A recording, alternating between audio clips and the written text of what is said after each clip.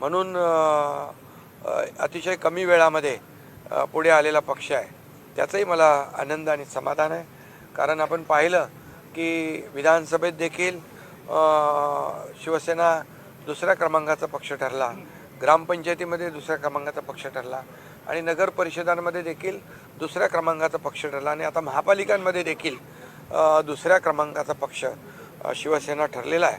खरं म्हणजे ही उद्याच्या लोकसभेची आणि विधानसभेची पायाभरणी आहे आणि म्हणून नगरसेवक जे आहेत सर्व राज्यभरातले त्यांनी आपापल्या महापालिकांमध्ये चांगलं काम केलं पाहिजे आणि एक आदर्श वॉर्ड निर्माण झाले पाहिजेत, आदर्श नगरसेवक म्हणून काम केलं पाहिजे, जेणेकरून लोकांमध्ये एक आपुलकीची भावना निर्माण होईल आणि आपण निवडून दिलेला नगरसेवक आणि आपण निवडून दिलेला लोकप्रतिनिधी कसाच योग्य आहे हे देखील लोकांच्या मनामध्ये भावना निर्माण झाली पाहिजे. अशा प्रकारचं मी मार्गदर्शन त्यांना केलेलं आहे आणि त्याचबरोबर शिवसेनेला कुठेही गालबोट लागता कामा नये. कारण शिवसेना एक शिस्तीने चालणारा, बाळासाहेबांच्या, आनंदीगे साहेबांच्या विचारांनी चालणारा पक्ष आहे आणि त्यामुळे तुमच्या वागण्यावर, बोलण्यावर प्रत्येक नागरिकाचं बारीक लक्ष आहे आणि त्यामुळे कुठंही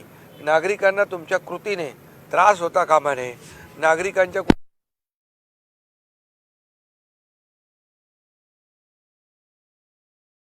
वाटला पाहिजे आणि म्हणूनच कुठेही शिवसेनेच्या नावाला गालबोट लागेल असं कृत्यही कुठल्याही नगरसेवकाकडून होता कामा नये अशी मी सूचना सगळ्यांना दिलेल्या आहेत. लाडकी बहीण योजना तुम्ही प्रामुख्याने घेतलात आणि यामध्ये 29 नगरसेवकांपैकी 19 लाडक्या बहिणीला कुठेतरी लाडके भाऊ मागे पडले का? लाडके बहीण योजना तर सगळीकडेच एक गेम चेंजर ठरली आहे, विधानसभेत पण आणि नगर परिषद पण आणि आत्ता पण. आणि आमच्या शिवसेनेच्या 29 नगरसेवकांपैकी 19 लाडक्या बहिणी आहेत.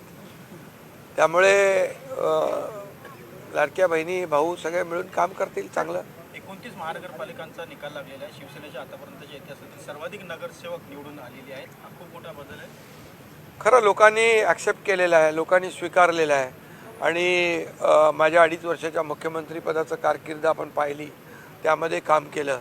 आता देवेंद्रजी मुख्यमंत्री आहेत. आमचा 3.5 वर्षाचा जी कारकीर्द आहे याला लोकांनी स्वीकारलेलं आहे आणि म्हणूनच या निवडणुकीमध्ये शिवसेनेला देखील आतापर्यंतच्या इतिहासामध्ये खूप जास्त नगरसेवक, 400 पेक्षा जास्त नगरसेवक निवडून आलेले आहेत.